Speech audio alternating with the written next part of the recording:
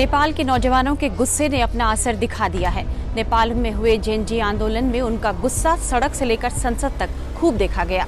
उन्होंने संसद को घेर लिया, कई मंत्रियों और नेताओं के घर में आग लगा दी। वे पुलिस से भी भिड़े, गोलियों की परवाह नहीं की। कईयों ने गोलियां खाकर अपनी जान भी गंवा दी, लेकिन प्रधानमंत्री केपी ओली का इस्तीफा लेकर ही माने, जिसके बाद केपी ओली समेत नेपाल के कई नेताओं की सियासी जमीन छिन गई है।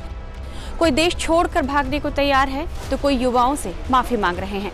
कोई समझ नहीं पा रहा कि आखिर प्रधानमंत्री ओली ने Facebook, YouTube, x, WhatsApp, Insta और स्नैपचैट बंद करने का फैसला क्यों किया था। क्या सरकार को अंदाजा नहीं था कि लोगों का गुस्सा इस तरह फूट पड़ेगा? और तो और सरकार ने विरोध प्रदर्शन को जिस तरह से हैंडल किया, उसमें 19 लोगों की जान चली गई। अब देश में हर तरफ अफरा तफरी और अराजकता का माहौल है। जैसे ही केपी शर्मा ओली के इस्तीफे की खबर आई, काठमांडू की सड़कों पर प्रदर्शनकारी छात्र खुशी से झूम उठे और बार बार एक नाम सुनाई देने लगा। वह नाम है बालेन शाह का।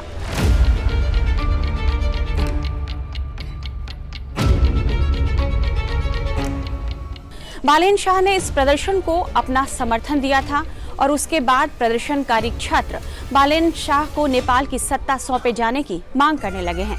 सोशल मीडिया पर लोग उनसे अपील कर रहे हैं कि बालेन शाह आगे आइए और हमारे देश का नेतृत्व करिए। काठमांडू की सड़कों पर ओली इस्तीफा दो की जगह अब बालेन शाह नेतृत्व करो के नारे सुनाई देने लगे हैं।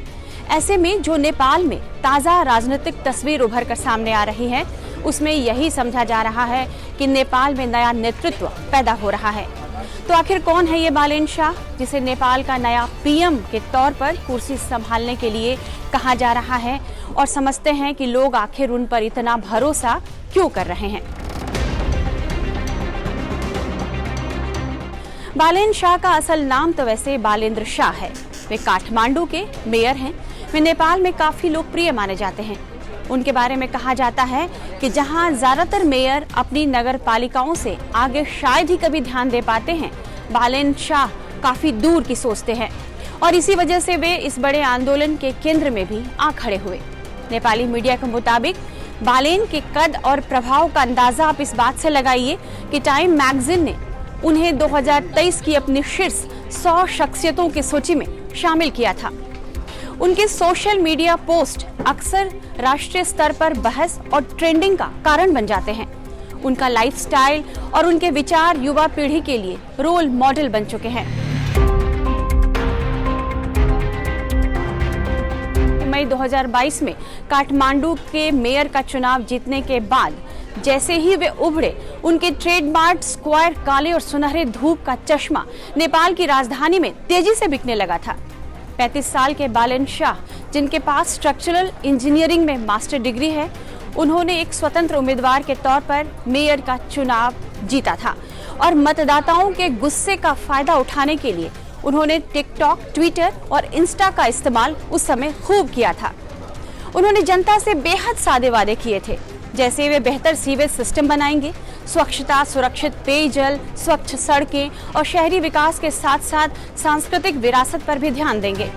उनके सादे वादों का असर जनता पर हुआ और वे मेयर चुनाव अप्रत्याशित ढंग से जीत गए। बालेन शाह की कभी कोई राजनीतिक पृष्ठभूमि नहीं रही है। वो पहले रैपर थे, उससे पहले इंजीनियर रहे। मेयर का चुनाव नजदीक आने पर राजनीति में आने का फैसला किया और काठमांडू के मेयर पद के लिए चुनाव लड़े और देखिए कि वे चुनाव जीत भी गए। राजनीति में उन्हें अप्रत्याशित लोकप्रियता हासिल हुई है। वे युवाओं के मुद्दों को उठाते हैं और उन्हें अपनी आवाज देते रहते हैं, जिससे युवाओं के बीच में वे खूब लोकप्रिय हो चुके हैं। नेपाल के मीडिया के मुताबिक बालेन शाह न सिर्फ युवाओं के मुद्दों को सशक्त आवाज दे चुके हैं, बल्कि पारदर्शिता, जवाबदेही और ईमानदार नेतृत्व का वादा करके अपनी अलग पहचान बना चुके हैं और आज की युवा पीढ़ी में उनकी काफी पैठ मानी जाती है। 27 अप्रैल 1990 को जन्मे बालेंद्र शाह काठमांडू के 15वें मेयर हैं। वह पहले निर्दलीय उम्मीदवार भी हैं, जिसने काठमांडू के मेयर का चुनाव जीता। साल 2010 से ही वह नेपाली हिप हॉप से जुड़े हुए हैं।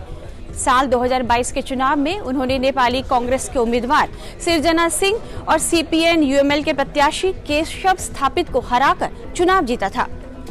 जिस तरह से आंदोलनकारी बालेन शाह का नाम लेकर नारेबाजी कर रहे हैं, उन्हें सत्ता सौंपने की मांग कर रहे हैं, इससे तो साफ है कि युवाओं में वह खासे पसंद किए जाते हैं।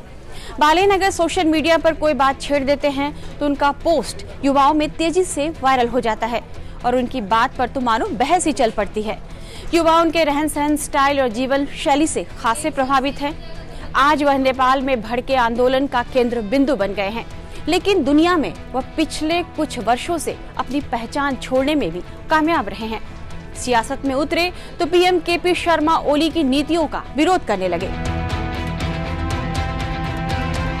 काठमांडू मेट्रोपॉलिटन सिटी के 3500 से अधिक कर्मचारियों को लंबे समय से तनख्वाह नहीं मिल रही थी। वहीं काठमांडू के टीचर्स को भी 4 महीने से सैलरी नहीं मिली, तो वे सब मदद के लिए मेयर बालेन्स के पास पहुंचे। यहीं से ओली और दोनों के बीच टकराहट शुरू हुई। विवादास्पद गिरिबंधु चाय बागान भूमि अदला बदली घोटाले में प्रधानमंत्री केपी शर्मा ओली पर तो उन्होंने नीतिगत भ्रष्टाचार का आरोप लगा दिया। जब जेनजी का आंदोलन शुरू हुआ तो बालेन शाह ने इस आंदोलन को अपना समर्थन तो दिया, लेकिन उन्होंने स्वयं जेनजी नहीं होने के कारण इस आंदोलन में व्यक्तिगत तौर पर शामिल होने से इनकार कर दिया। उन्होंने एक फेसबुक पोस्ट में कहा कि चूंकि आयोजकों ने आयु सीमा निर्धारित की है, इसलिए वे इस आंदोलन में भाग नहीं ले सकते। इतिहास के हर मोड़ पर एक नई पीढ़ी होती है जो बदलाव का नेतृत्व करती है। आज नेपाल में भी परिवर्तन होने जा रहा है, जो लोकतांत्रिक समाज के लोगों के बीच से ही उभर रहा है। हालांकि सवाल यह है कि क्या स्थानीय स्तर पर कामयाब रहे बालेन शाह राष्ट्रीय राजनीति की जटिलताओं को संभाल पाएंगे। संसद में पारंपरिक पार्टियों का अभी भी दबदबा है और सत्ता की बागडोर थामने के लिए सिर्फ लोकप्रियता ही काफी नहीं होती। कहीं वे नेपाल में कांटों का ताज पहनने को तो तैयार नहीं है। इस खबर पर आप अपनी राय कमेंट बॉक्स में जरूर दीजिएगा और इस तरह के तमाम एक्सप्लेनर्स के लिए टाइम्स नाउ न भारत के डिजिटल प्लेटफॉर्म पर भी आना मत भूलिएगा।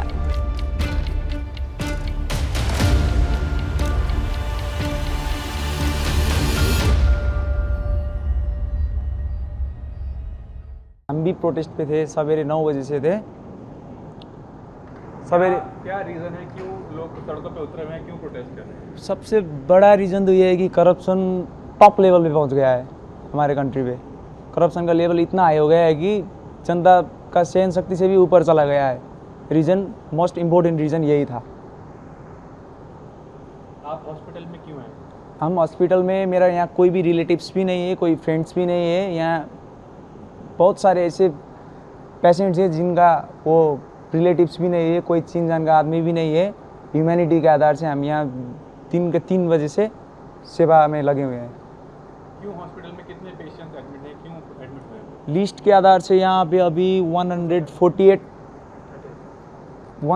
पेशेंट्स हैं, उनमें से लगभग 4 लोग डेड हो गए हैं। ऑलमोस्ट टोटल मिला के मोर देन 500 लोग। कौन है ये पेशेंट्स?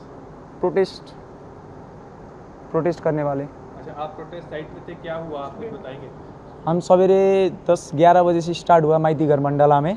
हम वहीं पे थे माइती घर मंडला में। वहाँ से आगे बढ़ते हुए सब शांतिपूर्ण हिसाब से चल रहा था। वहाँ से हम आए पार्लियामेंट, आपको पता होगा, पार्लियामेंट के सामने आए। वहाँ बाहर से कुछ लोग आए। हम जेनरेशन जेड की तरफ से स्टार्ट हुआ था सबसे पहले। वहाँ से बाहर से कुछ लोग आके वो पत्थर उत्थर फेंकने लगे। वहीं से जेनजी लोग भी गर्म हो गए, वही उनके ही पीछे पीछे चल के पत्थर उत्थर थोड़ा सा कर दिए। वहीं से फायरिंग शुरू हो गया। तो सब फायरिंग के बाद ये लेवल हाई में चला गया। अभी क्या लग रहा है, कहाँ जा रहा है प्रोटेस्ट? ये प्रोटेस्ट अभी तो बहुत हाई, बहुत लोगों को ये लग रहा है इश्यू, बहुत लोग ऐसे सोच रहे हैं कि सोशल मीडिया नेपाल में बंद हो गया, इसीलिए जेनरेशन जेड व पूरी जनता मतलब आवेश हो गए हैं, ऐसा मानना है लोगों का। लेकिन ऐसा नहीं है। हम लोगों का ये जो अभी प्रोटेस्ट चल रहा था ये करप्शन के लिए है। अब हमारा प्रोटेस्ट बहुत हाई लेवल तक जाएगा। आज तो बहुत बस स्टार्टिंग पॉइंट में हम शो ऑफ्स के लिए निकले थे। ये कल से हाई लेवल पे जाएगा।